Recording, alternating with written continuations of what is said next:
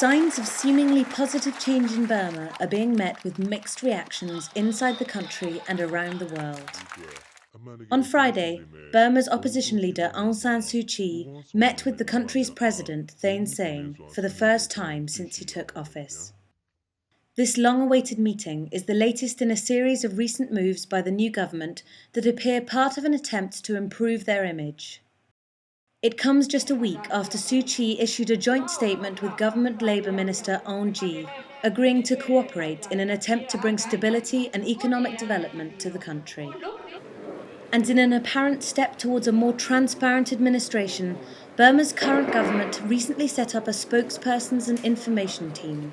Earlier this month, they held their first ever press conference in the capital, Naypyidaw.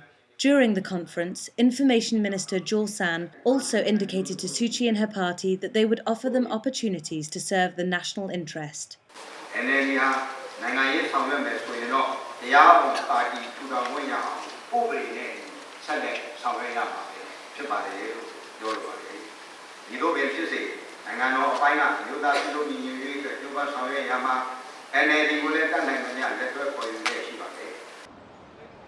The National League for Democracy has been fighting for reinstatement since the government dissolved it last year, following its refusal to compete in the elections.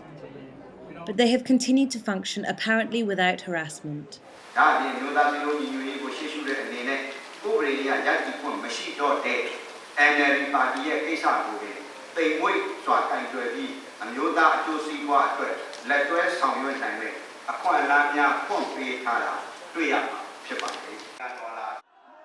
Since her release from house arrest, their leader has repeatedly called for dialogue with the government.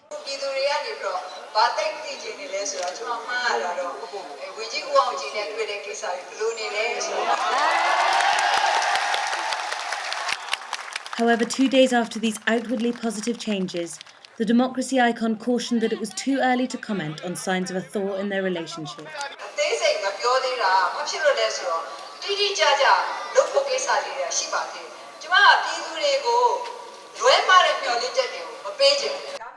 Suu Kyi addressed the people during her first overtly political trip since her release from house arrest last year. The journey to Bagu and Thanetpin passed without incident, and Suu Kyi was allowed to travel freely and address a crowd of her supporters, a move that was welcomed by the United States. But Suu Kyi reminded supporters that change takes time and the support of the people is still essential.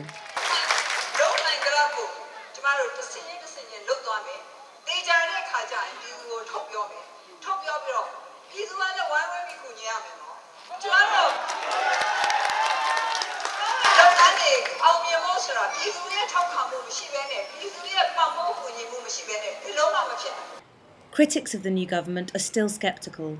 Some see these issues as a way to placate the international community and give the illusion of change, while issues such as the almost 2,000 political prisoners in Burma remain unaddressed.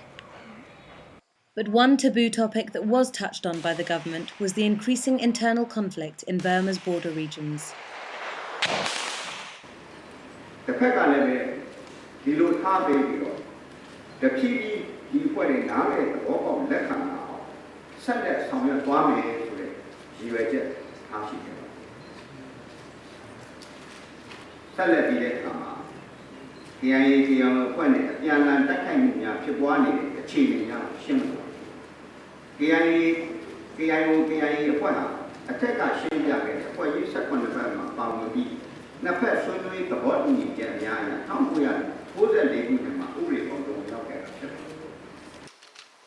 The government has suggested peace talks in order to achieve a solution to the civil war.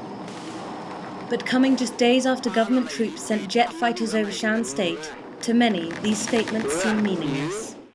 Yet the government may seem ready to discuss the matter further, having recently granted a visa to the UN Special Envoy to Burma, Thomas Quintana, who openly backs an investigation into war crimes and rights violations in the country. And last week, President Thein Sein announced on state television that exiled Burmese could return. Days earlier, state-run newspapers and broadcasters had removed vitriolic slogans attacking exiled and foreign media that had been a staple on their back pages and daily broadcasts.